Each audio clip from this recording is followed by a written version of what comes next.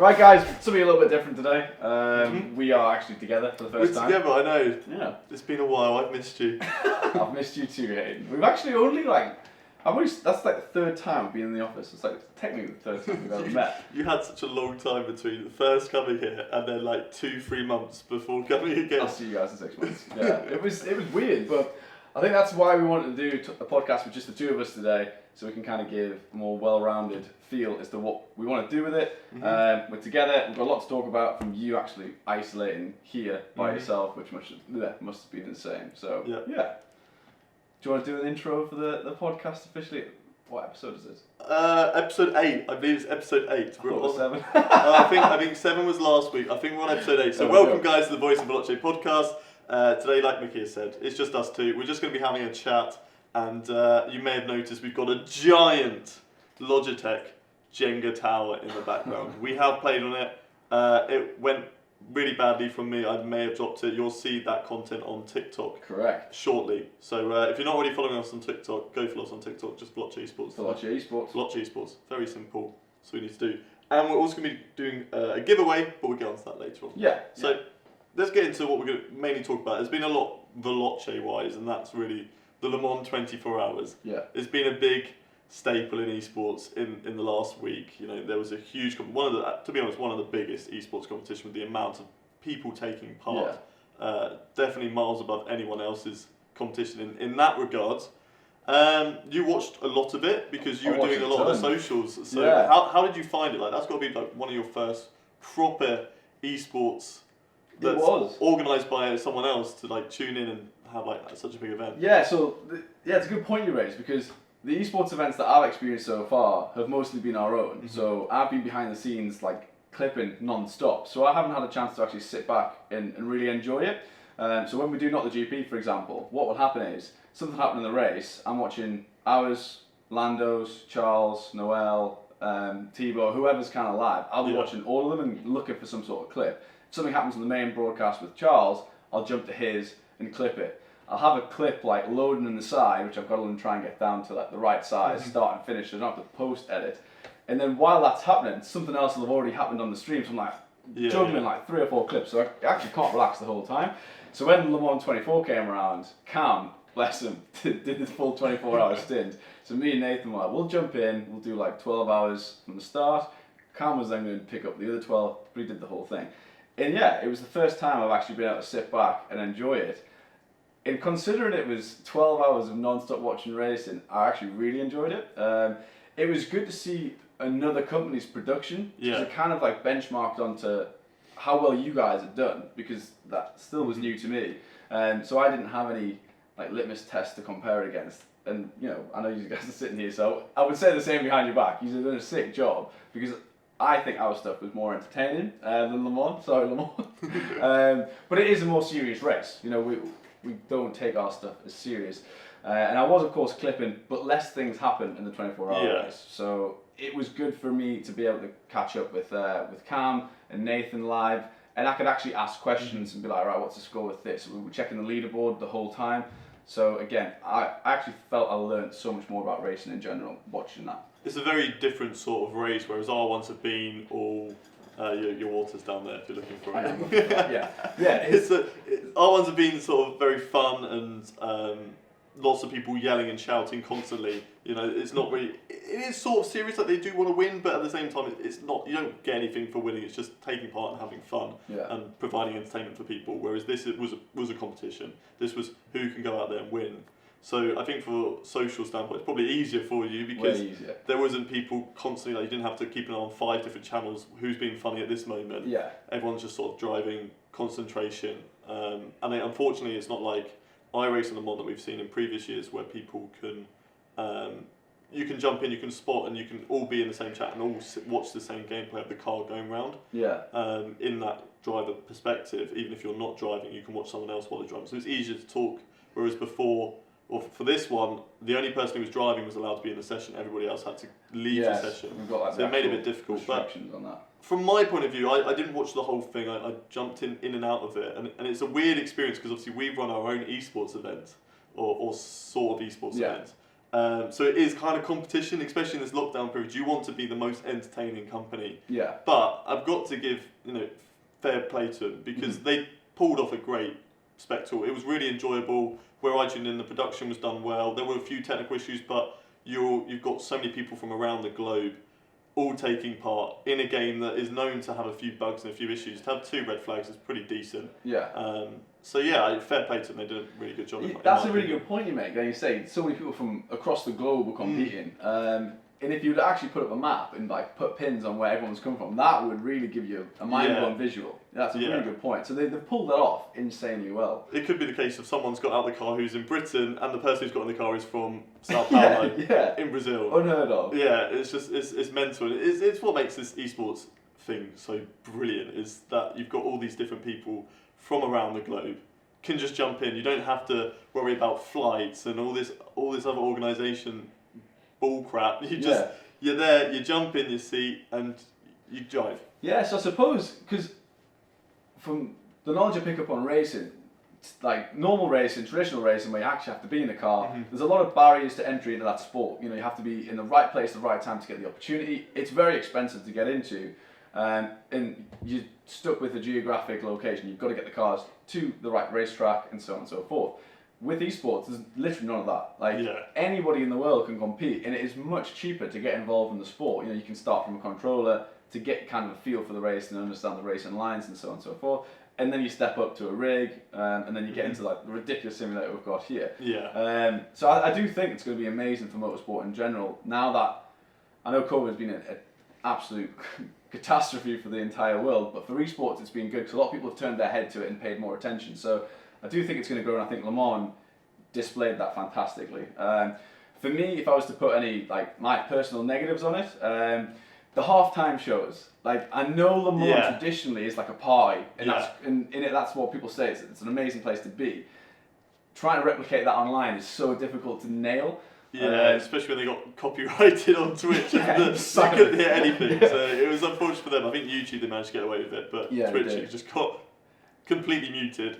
But yeah, I see what you mean. And you open yourself up to the chat, because you've got to remember, people are more likely to say something if it's something negative. Like if you do something really well, people are less likely to just type good job in the chat, this is awesome. Whereas if there's something like bad, they don't like the taste of music, they'll always put Fs in the chat. Like there's so many trolls on the internet, and they're hidden behind their keyboard and their screen. So as a company like Le Mans to open themselves up to all that sort of stuff, it was weird to see the chat being like, get us back to the racing. It's like, I suppose it's a good thing because they enjoyed the main thing a bit better. But I do think, like from a production wise, even for me watching it, again, I'm not huge on racing myself, I found myself looking at the DJ screen, which is the bigger tile on the overlay, and then the race was really small. I was like, I want this race to be bigger. Like I can see these DJ, put him a little bit smaller and get the guy bigger and stuff. But so there's a couple little nitpicks for me personally, but it's never going to fit everyone's personality, is it? So. Yeah, they've got to sort of allow themselves to please the existing fans whilst also trying to get newer fans into it, because esports allows you to do that. It's for a younger audience. Le Mans I think is for more of an older audience because it's all about patience. I think younger, our generation, myself, I have no patience at all. I'm just like that. I'm sitting down for too long or get itchy legs. I'm just like I need to be moving. Doing something. So for Le Mans just to be like it's 24 hours, like it's such a long race. It's the longest race that's out there. Yeah. So I think it's more of an older person's sport. Obviously there are younger people who do enjoy it, but yeah, definitely to try and bring in a younger audience. Because then, like you say, if they're sitting in the chat, like they used to a little bit more action on the Twitch streams. Yeah, that's a good point. I suppose taking that Le Mans 24-hour into this weekend, you say you don't like sitting in the same place for a long time. You've got 24 hours stint in the same seat, and you're not really moving, are you? Unless you need to get a drink or something. For those of you who don't know, the iRacing 24-hour on Le Mans is this weekend, and we were going to have a team. We were going to have 3 teams for it, and then the real Le Mans decided to do their own virtual one. So that took away 2 of our teams pretty much because the likes of James, Storm, Hypers, and Isaac couldn't do it because they were practicing so much for that and they didn't want to jump in, even though I've only had a week's practice. For this one, they didn't want to do that because I suppose me messing up in one of those, it doesn't matter. That's not what I'm paid to do. That's not my job. Yeah. But whereas them, if they let themselves down, they might, even if we think, oh no, it's just for content, don't worry about it, we're just here to have fun, they still think in their mind, people are going to look down on me and not think I'm as quick. So for them, they have their own reputations to uphold. So that's why we had to get rid of those 2 teams. And then we had one team left that was going to be me, Callum, Tom, and Storm. Storm can get his licence up. Callum, who's sitting on the floor at the moment, he didn't feel like he liked the car. So it's a difficult car to drive. It's a really difficult car to get the hang of. So he didn't enjoy it as much and didn't really want to put in as much effort as you would have to be able to be good in it. Fair. So that left me and Tom, and we decided in the end that the better content that we can make out of it was try and do a full 24-hour challenge where one person drives in the same spot for 24 hours and sort of see what they can do. So yeah. I've taken the short straw. I will be doing that. I'm going to be sat in a real F1 style motion simulator for 24 hours. So the good thing about that, and I know I said I can't sit in the same spot for too long, is constantly moving. You would, yeah. There's an element of something there so it's not just sitting back and relaxing, but it's going to be difficult. No, definitely. And for anyone who's not actually sat in a proper simulator, which is probably most of you guys, it's such a rare thing. From a noob's point of view, when you actually do get into that simulator, it's like serious. Like when you crash, it can hurt. Like if you do a big crash, it'll throw you around. Like the steering wheel will bend. Like really can put some strain on your wrist. So yeah, you're not really sitting still. It's as close to being in a real car as it can get, really, isn't it? Yeah, really. Yeah. I mean, you go around a corner and badly, you get thrown around like a ragdoll. Like you're getting moved left and right in this simulator. I think it was when at Nürburgring, there was one corner. It was the carousel, which is it's like a hairpin, but it's got really good camber on it, so you can take a lot of speed because it helps the car go round. But it's so bumpy, so you just throw it in there, and it's like, and then you get thrown out again. So every single time I go into that corner, it's just like that. So what's gonna be like the eating situation? Because like you can't. Yeah. How long's the pit stop? The pit stops, I'm pretty sure they're really short. I mean, Nürburgring was a lot longer to fuel. I don't think I've put in a tyre pit stop yet, so I think that will add a bit of time to it as well, but not too much. So they are quite quick. So basically what I'm going to have to do is get out of the car, like in-game, press the button that will get you out of the car so that nothing happens in the pit lane or the car overheats or anything like that. Get out, go to the toilet if I need to, so I could probably do like 2-3 stints in a row without having to stop.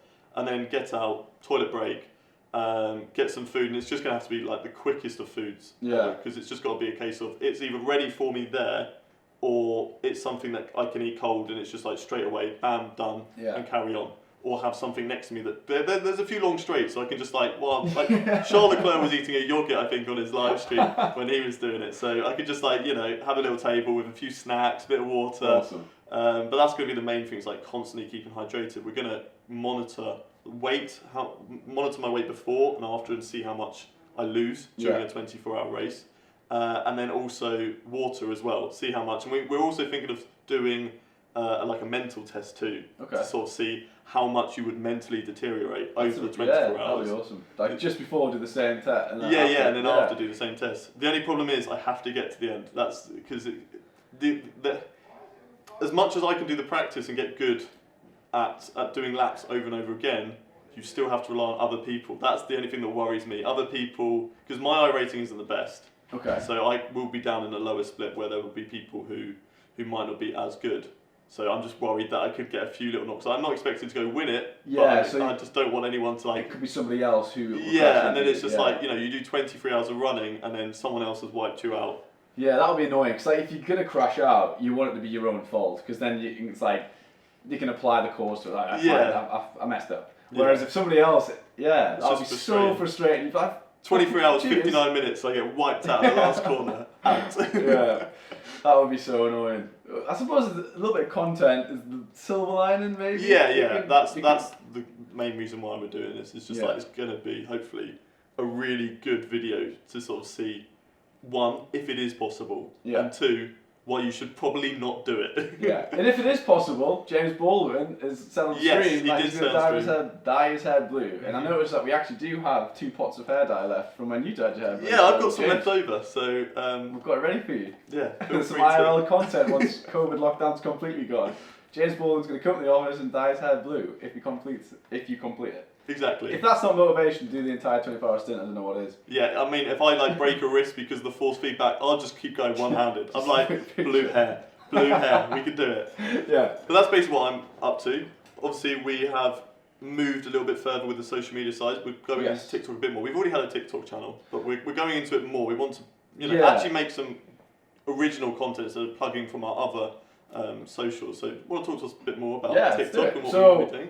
If you haven't already followed the TikTok, it's Veloce Esports. No underscore or nothing, just Veloce Esports. I'm going to just double check that just in case I'm plugging the complete wrong channel. Sometimes it's underscore. Sometimes it's Veloce underscore on some of them. I know Twitch is. Twitch is Veloce underscore. I'll quickly draft this one that we made. We made one on the Jenga Tower, which we're going to come to in a sec. It's just Veloce Esports. Okay, good. So what we're going to do is I think we're going to use it as a tool to show you a bit more behind the scenes stuff. Because a lot of gaming channels will take clips from the YouTube and put them on, and we find that it's just a little bit too forced, and people who are on TikTok are there for a specific type of content, and the person-to-person engagement seems to be a lot better. Hayden came up with a great idea yesterday, which we're going to put on today. It's like the fridge challenge, and I think it's a good way to show personalities of our creators, because then it's easy wins. Like we've messaged in the group saying, send us this, send us this, send us this. So if you've got any ideas that you want us to do for TikTok, let us know in the comment section on whichever platform you're listening to. And yeah, I think it's going to be interesting because I've always wanted to do behind the scenes stuff. Yeah. And I'm not down here enough really to do a lot of it. So I think TikTok's going to be a good remote behind the scenes thing. I'm a big fan of TikTok in all fairness. I know a lot of people don't really like it, but I think TikTok is a really good platform. And people find it cringy and stuff like that. But I might think, why are they going into TikTok? Unfollow, don't want to talk about them ever again. I hate TikTok. But it's wise for a company as well to go into it because the amount of views that are on there. You know, if one video bangs on and it's on everyone's For You page, then that's so many new people that are then coming to the rest of the content that you make. So it's a very clever idea to get into it. What TikTok does is its organic reach is so much more fair, so it gives you like a fair thing. So if you've got like a film reel, how Instagram works is when you post a picture, it goes to the bottom of that film reel, and then it'll slowly go up and up and up and up.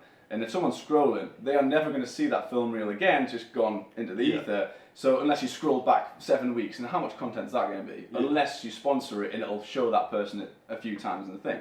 So TikTok do it so much more fair, where you post a TikTok, it sends it to 200 people first, like just randomly, who like the sort of stuff that it's analysed that video to be. If they like it and rewatch it and things, it grades it out of a certain score.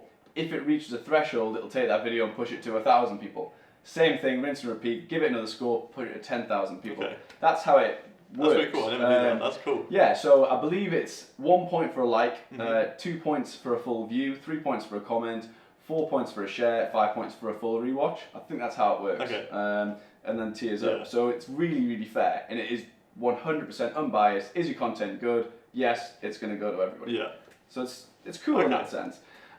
How long it'll stay like that for, I don't know, because we see the likes of Instagram and stuff like that selling out, essentially. Of course, you're going to, it's a money-making scheme, whether you have to pay for an ad to get it seen by people. Hopefully TikTok doesn't do that. But I mean, they already start running their ads on there anyway, but it's not really, like when you get ads, it's never really a big deal. You can just swipe past if you're not interested. Yeah. So usually it's quite good in that sense. But I never knew that about the pointers, and that's actually really interesting. It makes it fair. Yeah. I've given out a lot of 4 pointers then. I never really like stuff. I usually just send them to Callum, Arav, my girlfriend. I would just send them to those people who I find stuff funny. I'm like, I'll share that, because the like for me, that's just, I've liked it and then it will never be seen again, whereas I want to share it with other people. It's a great app huge. for that. Yeah, it's interesting though, because when I put a video on recently of me doing that little game, fiance, if I won the game, I got to play God. If she won, I would clean the entire house and cook. I rigged it so I was always going to win. And she's loves TikTok, has been a creator on it for a while now, and she's got like a good sort of mind on it. And I did it, and that night she looked at how many shares it had, and she went, "This video is going to go to way over 1 million views." And I wasn't even 100,000 at that point. And I was like, "Shut up! There's no way." Like, you know, she was like, "No, you've already had." I can't remember how many shares it was at the time. She's like, "That video is guaranteed. There's no doubt in my mind it is. People just haven't filtered through on the shares and haven't seen it yet." And she was right. It's nearly on 2 million now. So it's. So now you're TikTok famous. No, it's a bit more calculated, like with it. It's a couple of meme pages picked it up actually. Loads of my mates were messaging me. I was just like, oh. It is a very good one. If you haven't seen it, it is also on the Veloce Twitter, Instagram. It's on all of those. I think we're gonna have to wrap up there because you've got to go pretty soon. So before we do, we're doing a giveaway. So obviously you're the social media man. So if you'd like to explain how to enter, then so what we're going to do, guys, is we're going to give away a G915 keyboard from Logitech, from our Logitech Jenga Tower. All you got to do, really straightforward, is go onto iTunes and give us a 5-star review and type a comment so we can actually read it back in on the next podcast or the one after, depending on how long it takes. We're going to read out the winner, send it out, and then the one after we'll do a mouse and so on and so forth. So yeah, this is what you're going to win. Don't break it. We've already knocked this tower over once. This is where Mickey ends. Check out the TikTok if you want to see it falling over, because we already did that. Oh my god. Jenga. Oh my days. Come on. Come on. Come on. Stay still. Yes. Wow. There we go. Right, so that's what you're going to win. G915. We all use these keyboards. They're lit, quite literally. They light up. It's cool. R.I.P. Wireless. Why would you not want this? Even if you're in the office, if you're not a gamer, you can flex on all your office colleagues with the lighting up keyboard. So go and review 5 stars. And of course, if you haven't already done so, subscribe to the YouTube channel. Go like us on everything. Yeah. That'll be awesome. So that's going to round up today's podcast. Let us know who you'd like to see on the next one. We're going to be mixing it up because you're going to be travelling up and down the country. Some days Mickey's going to be in the office and we can film them from here. But other times we'll do them over Discord calls.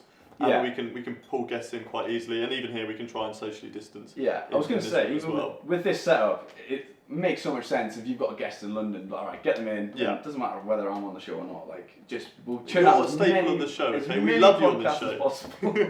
So yeah, let us know, and we'll see you in the next one. Yep. See you later.